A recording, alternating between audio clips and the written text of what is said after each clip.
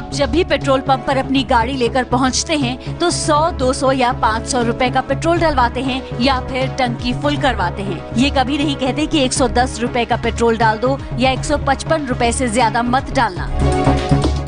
हम ये इसलिए कह रहे हैं क्योंकि सोशल मीडिया में आजकल राउंड फिगर में पेट्रोल डलवाने पर एक मैसेज वायरल हो रहा है। इस मैसेज में लिखा है, आवश्यक सूचना, कृपया अपनी गाड़ी में पेट्रोल कभी भी राउंड फिगर में ना भरवाएं।